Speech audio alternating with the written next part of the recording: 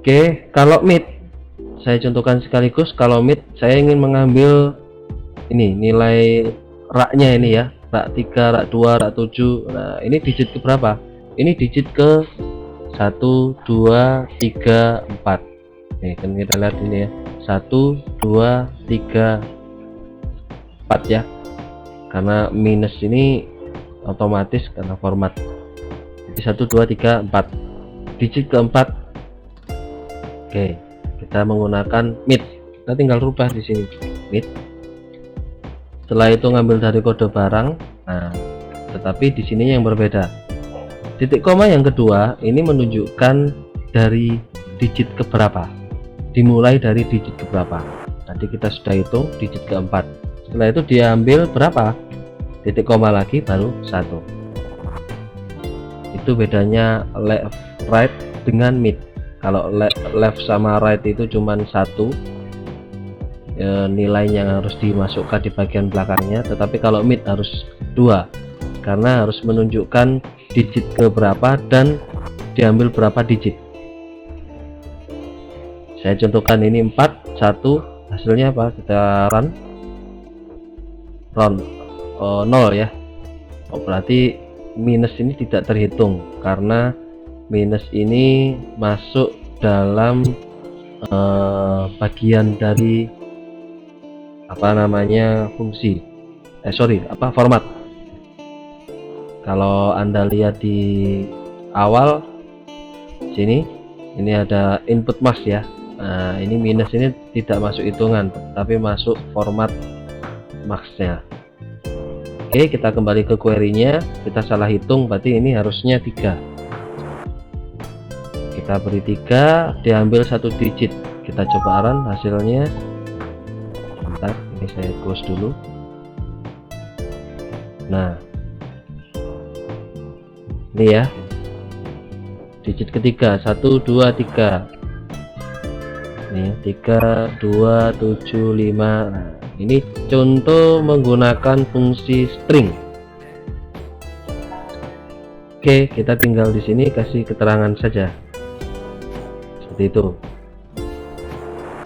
Oke, saya tambahkan satu lagi aja biar ini tidak kita hapus. Kita biarkan, insert kolom lagi. Di sini kita mengambil data bagian kanan right. Setelah itu kode barang ya, kode BRG titik koma 1 saran.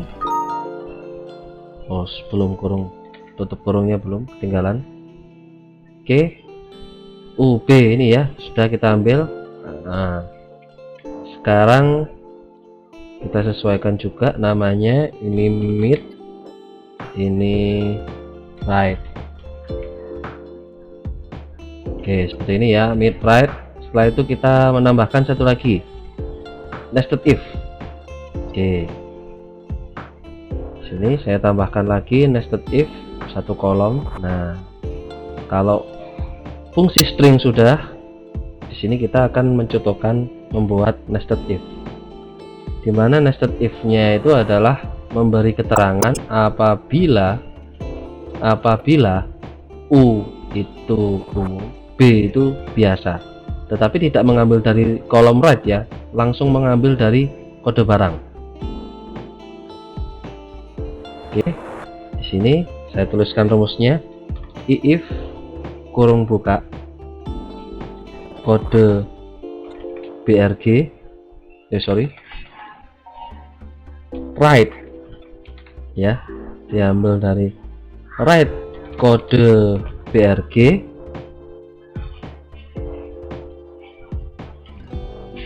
satu kurung tutup sama dengan U. Nah, kita berhenti dulu, saya coba untuk jelaskan artinya. Apabila right dari kode barang diambil satu digit, oke, yang datanya adalah O, maka ini nilai true-nya ya, diberi keterangan umum. jangan lupa petik 2 tutup. Jadi sekali lagi saya bacakan, apabila right dari kode barang diambil 1 digit itu adalah O, maka keterangannya adalah umum. Ini nilai true. Nilai false nya titik koma lagi. Nah, nilai false nya apabila, nah ini masih apabila lagi, if. Nah, ini baru artinya nested if. Ada if di dalam if, dimana if yang kedua ini dimasuk atau mungkin dia masuk dalam bagian sisi false nya dari if yang pertama. Seperti itu. Kita lanjutkan. If masih sama, right kurung buka kode BRG, kita panjangkan dulu agar terlihat tulisannya. Kode BRG titik koma 1 kurung tutup sama dengan B, ya, petik 2 tutup. Maka bentar, saya perkecil biar ruang kerjanya terlihat luas. Nah, maka apabila B, lah ingat ini B untuk nilai true if yang kedua, bukan if yang pertama. Ini nilai true if yang kedua. Di sini kita beri keterangan biasa. Petik 2 tutup titik koma. Baru ini nilai false untuk if yang kedua. Setelah itu kita kasih keterangan apabila bukan U atau B, maka kita beri keterangan kosong. Oke, penulisan sudah selesai. Sekarang kita beri penutup. Penutupnya diperhatikan, tanda kurung tutup kita hitung di sini ada kurung buka ya, kurung buka ada 1, ada 2. Nanti kurung bukanya harus ditutup dengan kurung tutup 2 kali. Oke, kalau kita memang agak sedikit pusing bacanya, kita fungsikan aja error yang ada di akses. Jadi fungsi error yang ada di akses, saya contohkan gini ya, saya kasih kurung tutup 1 aja.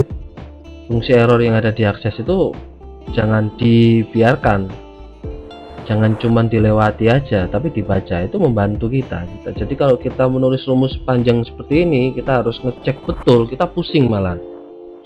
Jadi kita fungsikan aja errornya.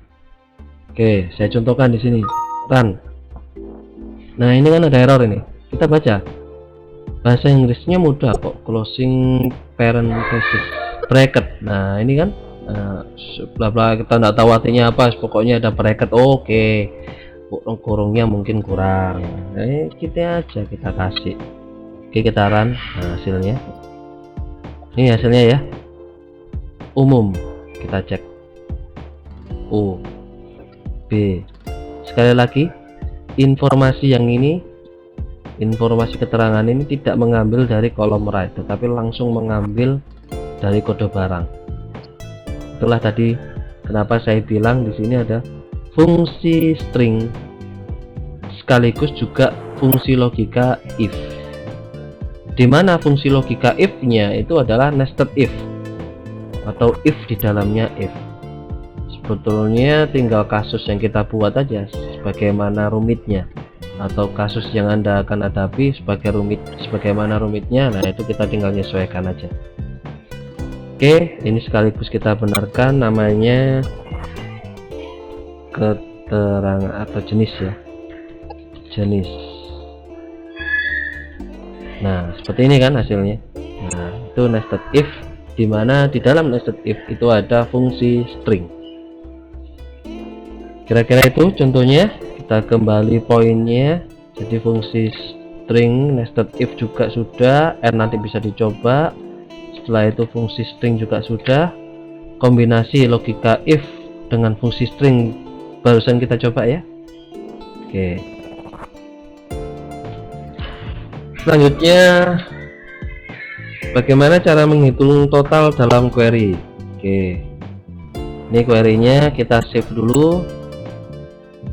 Ctrl S, kita kasih nama key barang 2.